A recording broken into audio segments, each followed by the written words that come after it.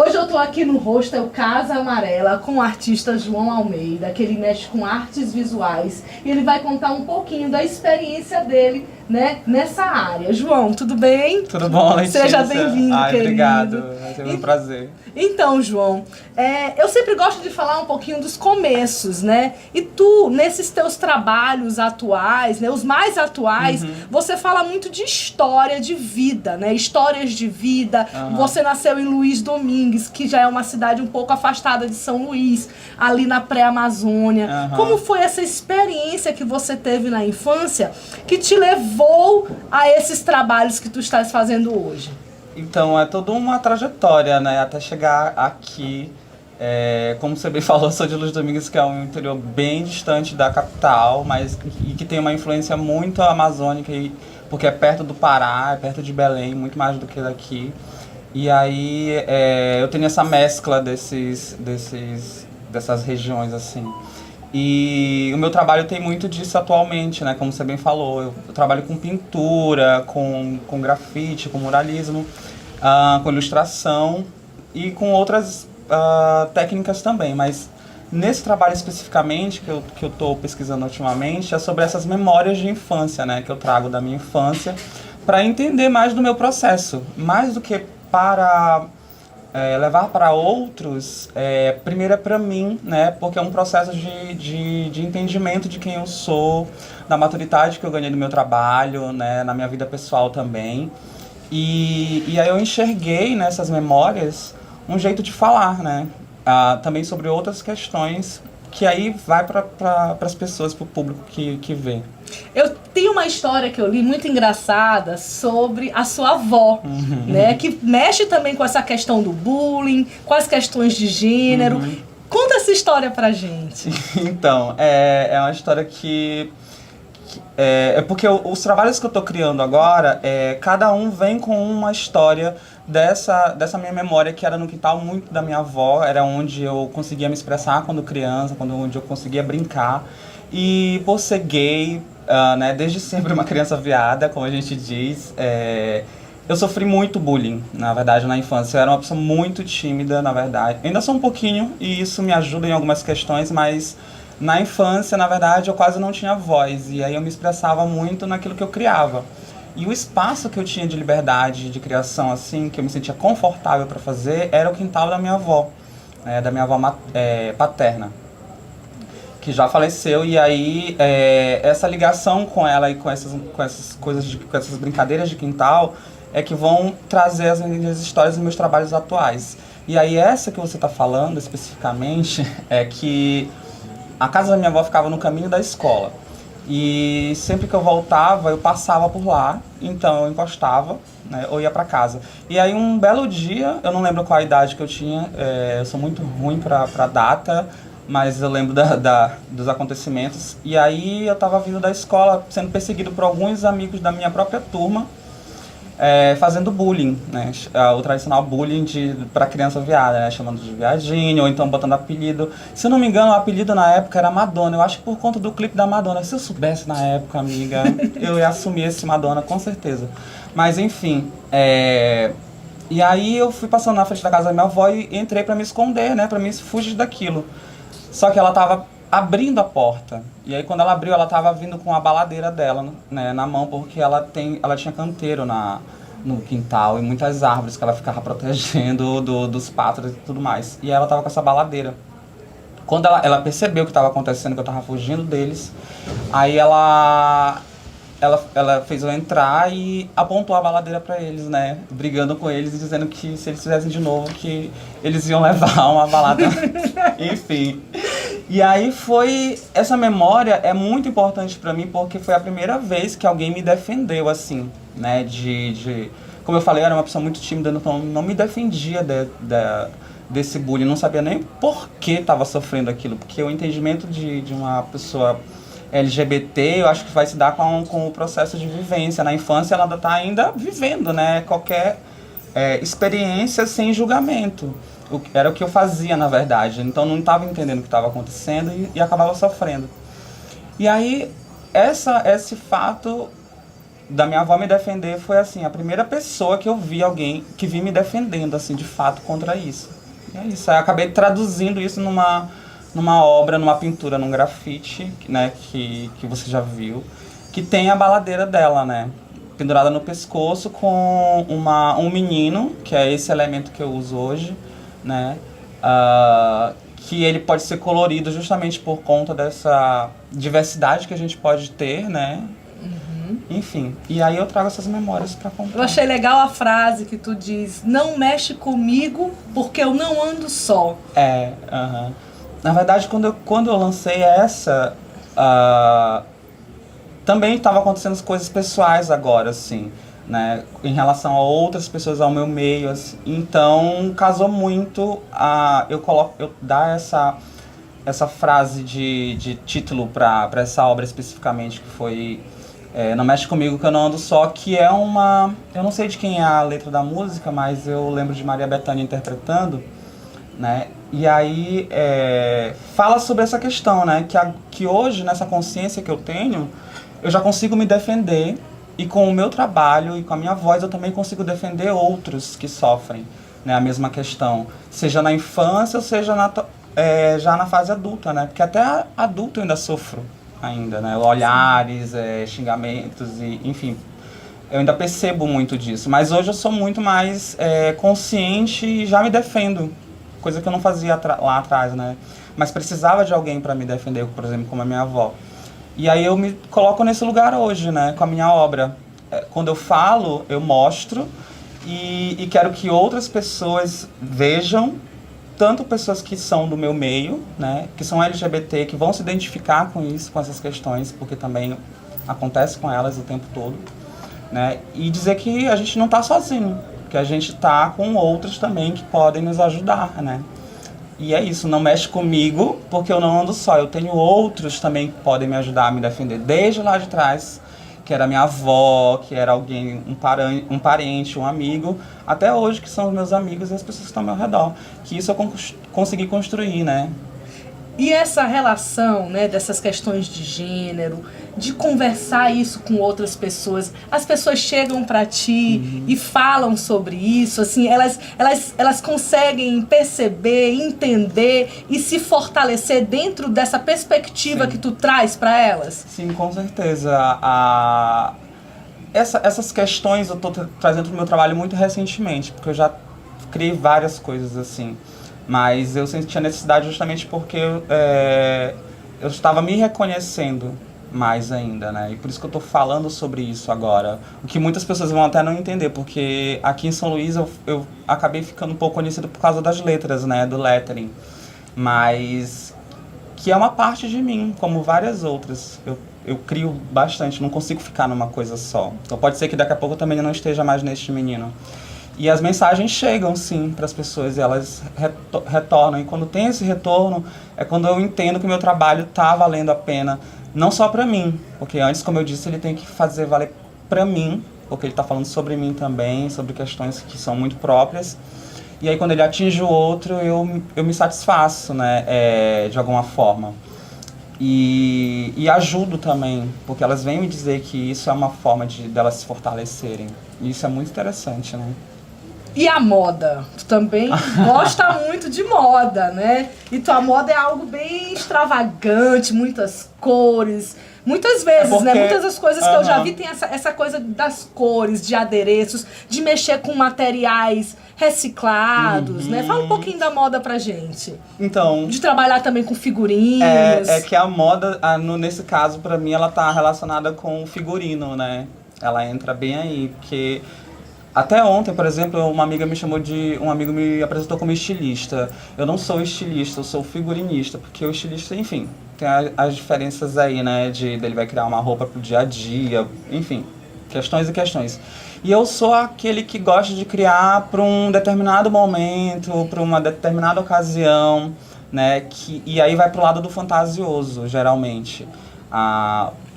As minhas criações. E aí quando você falou da utilização de materiais e ser muito colorido, eu comecei a reconhecer recentemente que é porque isso está na minha trajetória desde a infância, porque quando eu brincava no quintal da minha avó, o que eu construía e a brincadeira que eu tinha, principal que eu adorava fazer era a casinha. Era brincar de casinha que a gente tem como, ainda na nossa sociedade, como uma brincadeira de criança, de menina, né? Sim. Menina. Enfim, e isso ajudava ainda mais ainda o preconceito ao meu redor, né? Se estabelecer. E aí, eu adorava brincar com o que eu tinha, porque era uma criança pobre. Minha família era uma família, na época, bem pobre, assim. E mais de dois irmãos.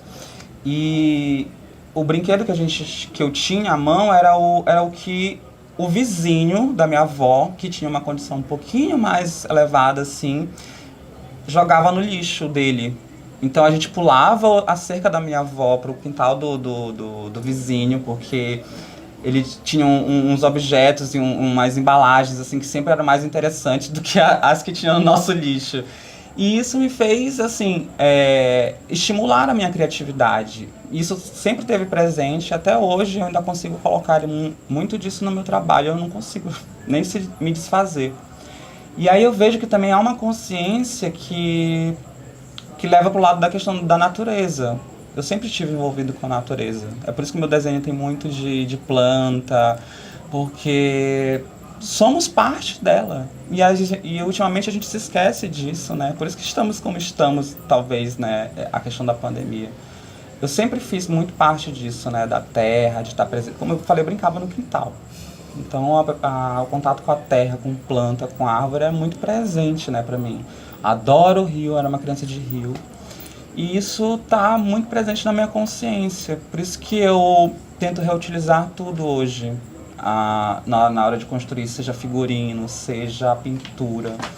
E aí a moda, voltando lá um pouquinho, ela entra nessa questão do figurino bem aí, né? Porque somos muito visuais, nós somos seres muito visuais, a gente precisa disso, né? Construir uma imagem.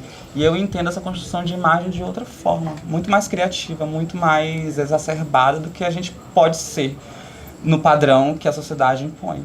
Tu criou também a coleção Canteiro, né? Uhum. Que é muito linda, que fala justamente disso, né? Sim, e aí vai misturando, você percebe como vai misturando, que às vezes é pro figurino e às vezes volta num conceito mais artístico, enfim. A coleção Canteiro foi uma coleção de camisas de upcycling, novamente reutilizando materiais, né? Utilizando camisas que eu comprei em brechó, que na verdade fui acumulando com o tempo também. E aí fez todo esse processo. Na verdade eu estava criando uma camisa só pra mim.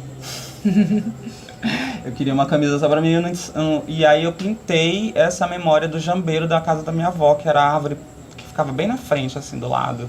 Bem imponente, né? Como se fosse nosso pinheiro. Inclusive, podíamos usar pinheiro como pinheiro ou jambeiro, né? Uhum. Enfim, e aí pintei essa camisa só que aí, durante a pintura foram surgindo, né? Eu me lembro bem que eu sempre busco na memória dela, né? Da minha avó. Eu falei, você tá falando comigo, né? Assim, mentalmente. E aí aí começaram a vir mais coisas ainda. Aí veio o cheiro verde, veio o caju. Tem urucum também, tem urucum, né? Coisas que ela plantava, tudo que ela plantava. Na verdade tinha um monte de coisas, assim, vieram várias. Mas aí eu tive que selecionar, porque aí, né, pra criar essa coleção que foi dessas camisas.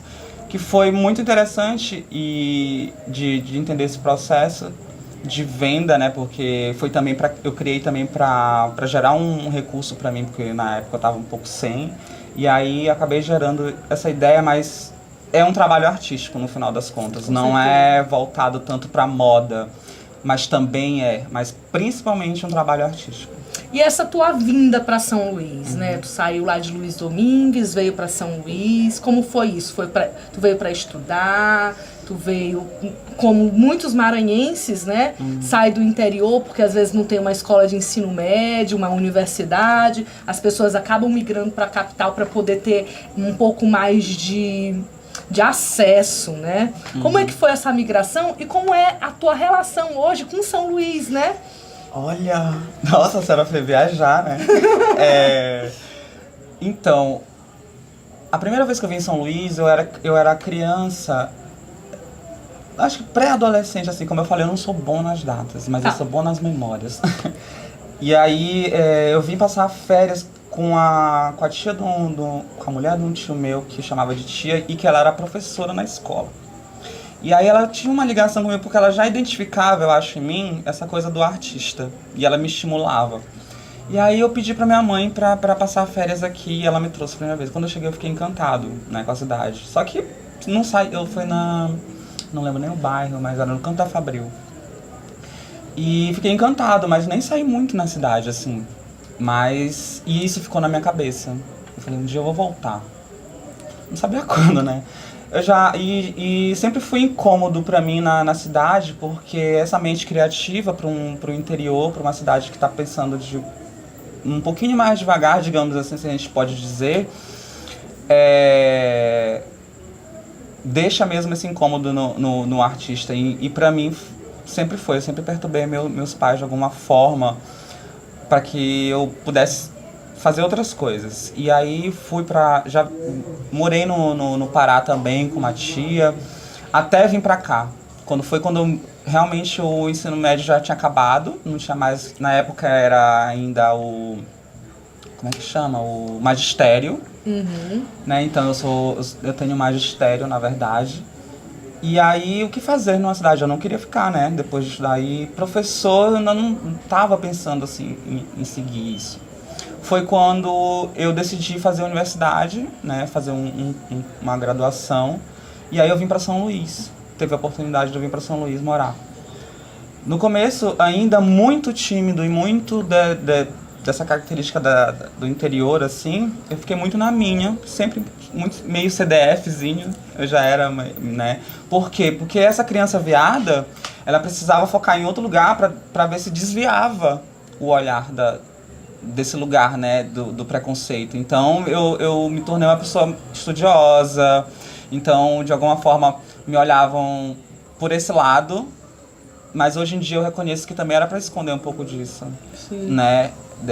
Era uma luta, né, contra isso. Ou então as pessoas até hoje ainda veem isso, deixa eu passar porque o lado artista parece mais interessante, né? Uhum. Digamos. Mas o que eu sou é isso, eu sou artista, eu sou gay, enfim, tenho várias outras questões como todo mundo tem, né? E aí, voltando da história de São Luís, né? Vim pra cá, foi esse começo bem difícil, então eu fiquei na minha, só fazendo a graduação, voltava. Conheci o Josué no meio desse processo, que foi na universidade também. E aí foi aqui na universidade que eu consegui desenvolver mais ainda o pensamento artístico, né? Porque você vai estudar outras questões e ver outros artistas é maravilhoso, né? Compartilhar o seu trabalho com outros artistas.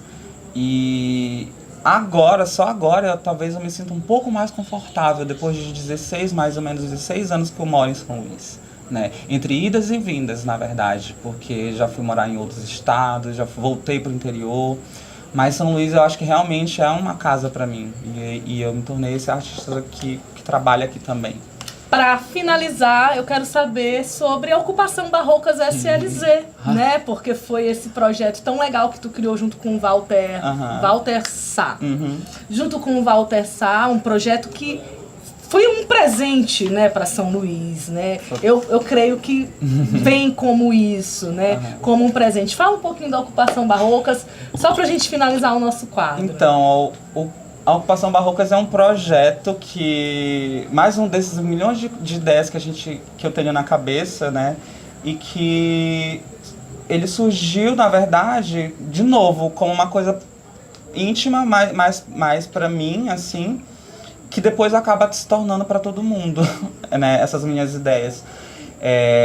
Chamei o Walter na época, estava junto comigo e aí elaboramos esse primeiro momento que foi ano passado, né, 2020, logo após assim, a flexibilização da pandemia aqui em São Luís, porque a gente estava preso em casa e não estava mais com tanta vontade de criar, mas ainda assim queria fazer alguma coisa. Então eu fui lá pro lado de casa, no caso a ocupação ela acontece numa rua perto da minha casa aqui no centro, né? E eu falei, vou fazer aqui que pelo menos eu fico um pouquinho mais seguro, né? E aí, enfim, deu esse primeiro ano, a gente fez uma convocatória na internet, né, nas redes sociais, para chamar os artistas a enviar trabalho e a gente colocar na parede, já que a gente não podia chamar para aglomerar. Então eu e ele, esse outro artista, nos juntamos e colocamos esse trabalho. E divulgamos tudo nas redes sociais também. E já esse ano, já elaboramos melhor e aí se tornou um projeto bem maior e que agregou mais pessoas e mais artistas. E como tu falou, foi um presente pra gente também, né? E pra cidade eu acho que também foi, porque o nosso centro estava merecendo, né? Desses movimentos artísticos acontecerem. E ainda bem que deu certo, porque ele é colaborativo. É isso que eu amo no projeto, porque eu sempre fui desse, né? De juntar uma pessoa e mais pessoas para construir uma ideia. Que partiu do nada, praticamente, né? E sem quase nenhum recurso. E eu acho que a gente pode fazer isso, e essa é a ideia principal do projeto, né? É que a gente colaborando um com o outro, com um pouquinho que seja, a gente consegue transformar muita coisa. Como, no caso, uma rua inteira, né, em galeria de arte, que abre espaço para artistas de diversas áreas se expressarem. E as pessoas do cotidiano, né, poderem desfrutar do espaço novamente. João, foi um prazer. Muito obrigado por essa conversa, por essa oportunidade de saber um pouco mais da tua história, de mostrar para as pessoas também a tua história. Muito sucesso, que tudo dê certo, que a gente consiga ainda fazer assim, muitos projetos lindos aqui na nossa ilha e que esses projetos consigam ganhar o mundo. Obrigada. Eu que agradeço, Letícia. É sempre um prazer e você sempre está apoiando também a gente. Outra artista maravilhosa também, né? Que está sempre ajudando e é isso que é massa de fazer. E vai dar tudo certo, já é sucesso, né? Espero que o programa também seja.